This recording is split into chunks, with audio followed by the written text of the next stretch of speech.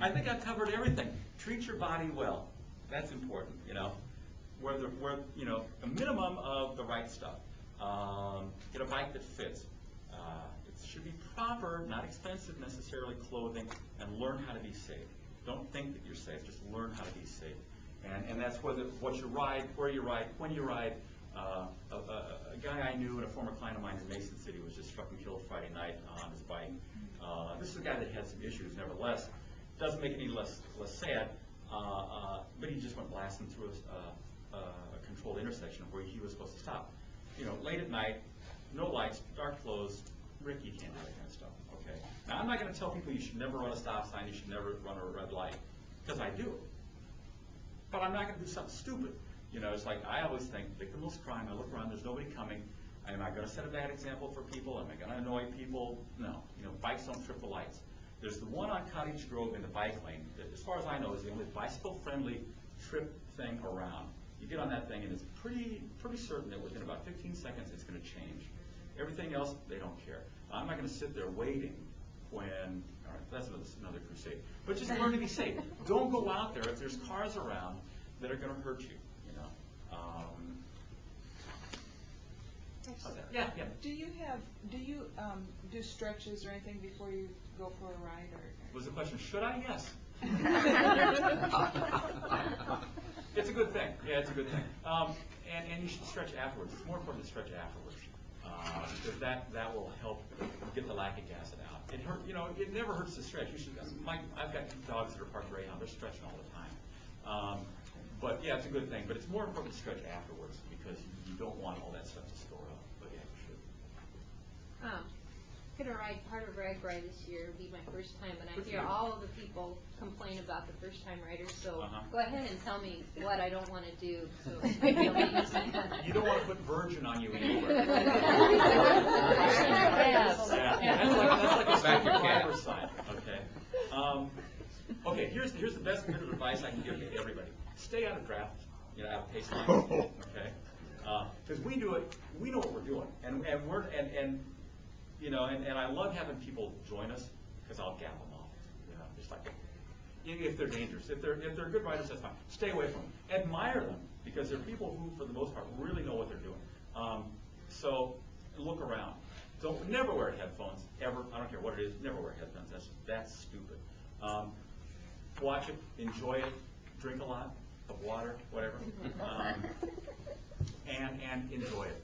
Are you doing the first part, or the middle part, or the end? Or? First part.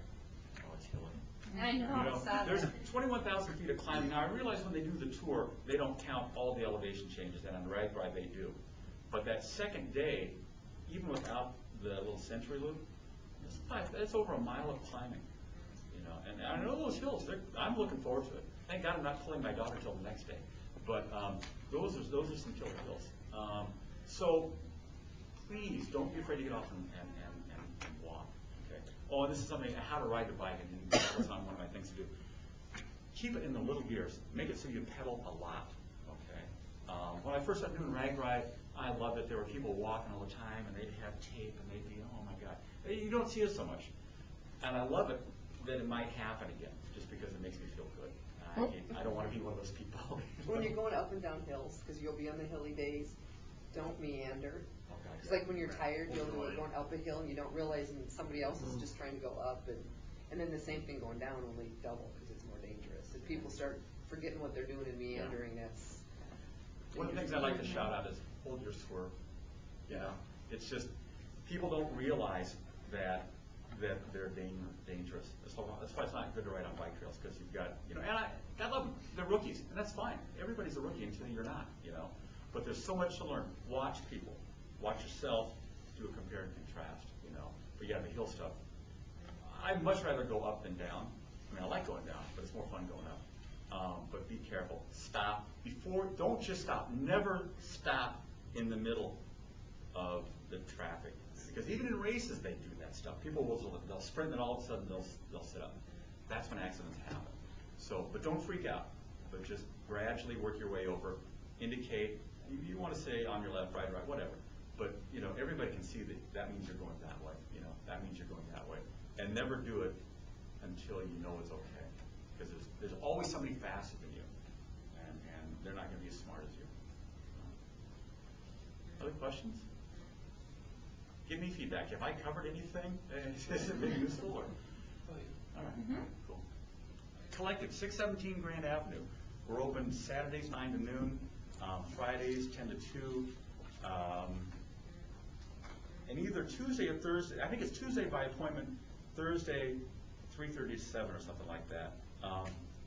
If nothing else, stop down and take a look at it. It's an amazing place. We've taken a space that's been abandoned for 8 or 9 years, and not only have we made a bike shop, we made a very cool bike shop, and it's going to be what I hope is a very cool place just to hang out. I've been down there several Saturday mornings, and you know, bikies and street people and people who are just downtown for the farmers market just come in and check it out.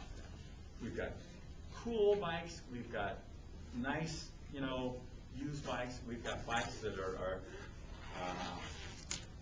you know, puppy style throwaway bikes that we can make into really, really nice bikes. You know, very, very serviceable bikes. And it's all been through volunteers and donations. And you know, like middle of June, a friend and I went out to this place in Pleasant Hill. We brought back 450 bikes that this guy who died gave to us.